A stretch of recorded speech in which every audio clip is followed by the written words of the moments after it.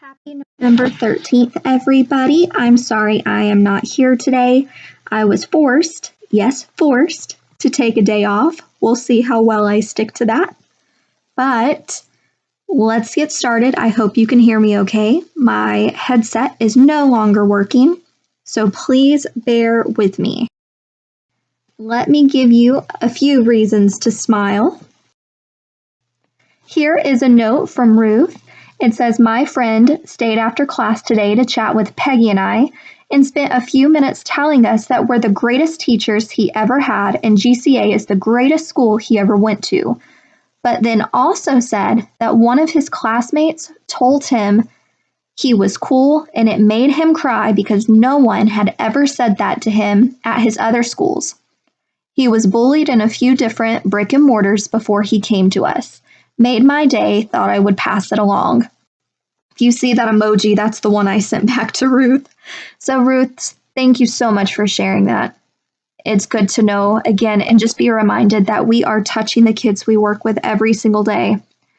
Also, thank you, Brant, for always sending out resources and tools and ideas for us to use with our kiddos. Here is a headphone splitter that you sent out that can give an opportunity for the learning coach and students to hear together instead of having to trade off listening. Please enjoy these really cute pictures of our students from Halloween. Can you believe that the family made that first costume there, guys? It just blows. I don't even know what to say. That's amazing, Carla. I'm so glad you shared both of these. And then this cute little munchkin here at the bottom and his little tail. I wish I could show their faces, but because we're recording, I am unable to. Some more pictures to share with you. You have Aaron's dogs all dressed up, Lacey's cute kiddos, and then the two pumpkins at the bottom Paige's kids did. Callie and her beautiful family, a really cute T-Rex and a Cabbage Patch Kid. Cracks me up. Lacey's sweet boy dressed up for school as Cloudy with a chance of meatballs. Mariah's kiddos dressed up on the right, and then the bottom two pumpkins is what Aaron did, and it's Jack from The Nightmare Before Christmas and then the Cheshire Cat. Aaron, you are way too good at that. Let's move on to compliance, guys, and these are going to touch some of the points that I mentioned in the Lifeline. Okay, looking at dates, look at A and B. Which one is correct? I'll give you a second to look.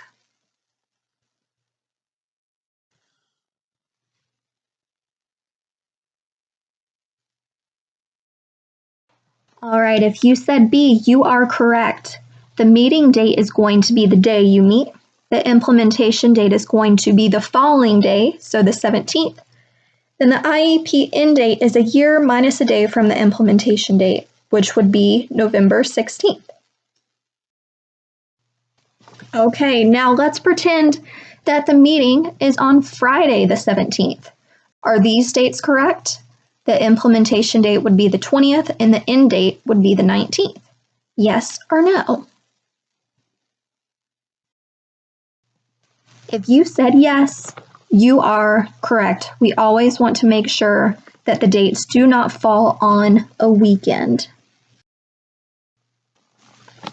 For some eligibility dates, you have two different dates here, okay? Check those out. Peachy and Mint. If you think that the 23rd is correct, write Peachy in the chat box. If you think the 24th is correct, write Mint in the chat box. Give you 5 seconds.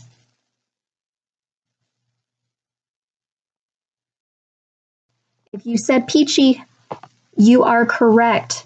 Miss Nadia Trotman would like us to do a year minus a day for the eligibility dates. I know this is different from last year, but we're going to keep it consistent with what we're doing for the IEP dates. For the exceptionality classification, there is a piece here, guys, that is tricky if you don't scroll down. So when you're looking at the areas of exceptionality, scroll down, and then you're going to see special education status. You will select yes, and then you are going to put the special education setting as less than 40%. This is major. This sends a flag to records when they're running reports, okay? Moving on to present levels. In the testing section, please make sure you include a summary of the grade level that the kiddo is in, the most recent evaluation and/or initial evaluation, GKIDS or GAA results, and the current ULS benchmarks that you give. When you're talking about the strengths, keep it positive. Make sure you are listing strengths for academics, functional skills, behaviors, and/or related services if they apply. Please include quantitative and qualitative data. When the state comes in, we want to be able to back up everything we do with our data. In addition to that, please list any previous IEP goals that they've mastered. So from last year, if the kiddo mastered their goals, put that in there so that we know why you are giving them new goals. As far as needs, even though you might be writing about areas of need, keep this as positive as possible. You are writing the needs for academics, functional skills, behaviors, and/or related services as well with that quantitative or qualitative data. The IEP goals that still need to be worked on, list them here and why. So if a kiddo didn't master a goal, say that. We're going to continue working on this goal because the student was to achieve at 80%, he is at 60%, and we want to master this before moving on to X, Y, and Z. Mention it. As far as special factors, does the student have communication needs? If yes, always make sure you kind of put this little blurb in here, okay? You can say communication needs will be addressed throughout, the IEP. You can say will be addressed through the goals and objectives of this IEP. Just make sure you are explaining that yes. For assistive technology, if you are marking yes, then you need to say why. And here's this note here, guys. If you say no, then you need to say why assistive technology is not needed, okay? So if yes, here are two examples. Student needs and fine motor skills limit her ability to access her curriculum. A touchscreen referral has been made, blah, blah, blah. Or the student's deficits in working memory and cognition require him or her to utilize a calculator for math problems, yada, yada. But if a kid does not need assistive technology, you can say, Johnny does not require assistive technology in order to access his curriculum. AT is not recommended at this time. Short and sweet, just make sure you have a statement for either yes or no. When you're writing your IEP goals, please make sure that they are SMART goals. So specific, measurable, achievable, I say attainable, relevant, I say realistic, and timely. So just some examples saying in how many trials or opportunities, so 2 out of 3, 4 out of 5, you're looking for a percentage, or maybe you're looking for, will accomplish a task with no more than 3 prompts. They may need to be given something to accomplish that goal. When given manipulatives, when given a story with visual cues, etc. Make sure that we're doing that for all of our goals and objectives. A little food for thought, not to panic you, but I want you to start keeping this in mind and we can brainstorm how to do it. And the amazing Holly Witcher does have one idea for this. But the state is going to come in and ask us, how are we accountable for our accommodations? How are we tracking what accommodations are even applicable or relevant for our kids? Well, I don't know what's being done right now. I know how I did this as a teacher, but I'm not sure how you guys are keeping track of this. Holly suggested creating Google surveys for each kiddo with accommodations specific for each kiddo and send it out to the parents to start kind of monitoring what accommodations are being used and which ones are not being used. This way, we actually have true relevant data. If you have any other ideas, go ahead and send me an email. Actually, make it like a love note or a wonder note. Don't send it to me all at once, please. Just because I know my email is going to be a hot mess when I get back on Tuesday. But again, food for thought. Think about how we're going to keep track of those accommodations so we can go ahead and get prepared for the state. Thanks. You're so excited. I know it. I'm actually excited about this part. We are going to be doing a full formative process. Okay, so you guys are going to be doing a walkthrough number 1, starting with standards 1, 3, and 4. This is your opportunity to learn what Anna and I do and what we look for. Okay, so after this meeting, you are going to receive, it's a Google survey that has the video embedded. You are going to watch the teacher. You are then going to rate her on the standards that are listed with some notes. Okay, so this is an observation number 1. This video it should be like 14 minutes long. But again, we're going to start our TEKS evaluation process. When you guys get back from turkey break, we get to go over all of your results and talk about the scores you gave and why. Yay! SOPs. Print orders. If you guys didn't know, by the way, do you see what's really funny about this picture? I'm not going to tell you, but I hope you see it. It's hilarious. We do have an SOP for printing curriculum that can be found in the special education resource OneNote that Becky created. I can also send it out to you anytime you need. The reason that we have this SOP is because as you know, we converted to the online form and printing costs a lot of money. We don't mind providing printed curriculum when it's absolutely needed for a kiddo in order to learn, but we don't want to do it just because it's a preference. All right, so here are the steps. The student's guardian requests a printed curriculum. A, if a student is noted as struggling to access or use the new online format of the curriculum, you are going to move to step 2. But if not, if the family just simply prefers the printed copy, they're not going to be given printed materials, my friends.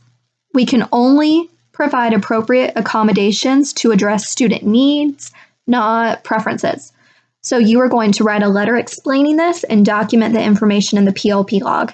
Anna and I are more than happy to proofread this before you send it.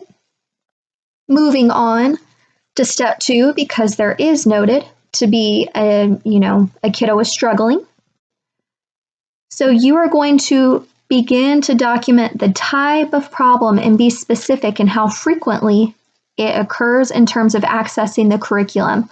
For instance, if a kiddo gets more tired working on the computer, we do have some of those, the computer is truly exhausting to them, you can start taking data on that. And if you need help on any data collection or ideas, Anna and I are always here for you. Okay, but you are going to collect that data and share that with Anna and I.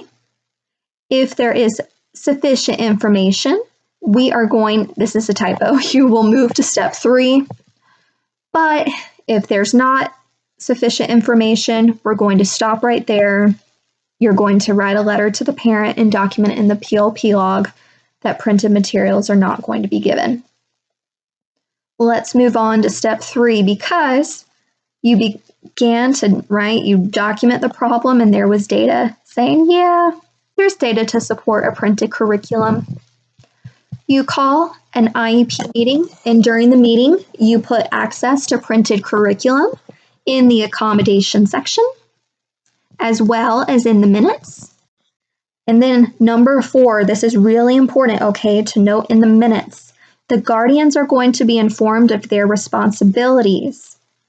The information is going to be documented in the minutes.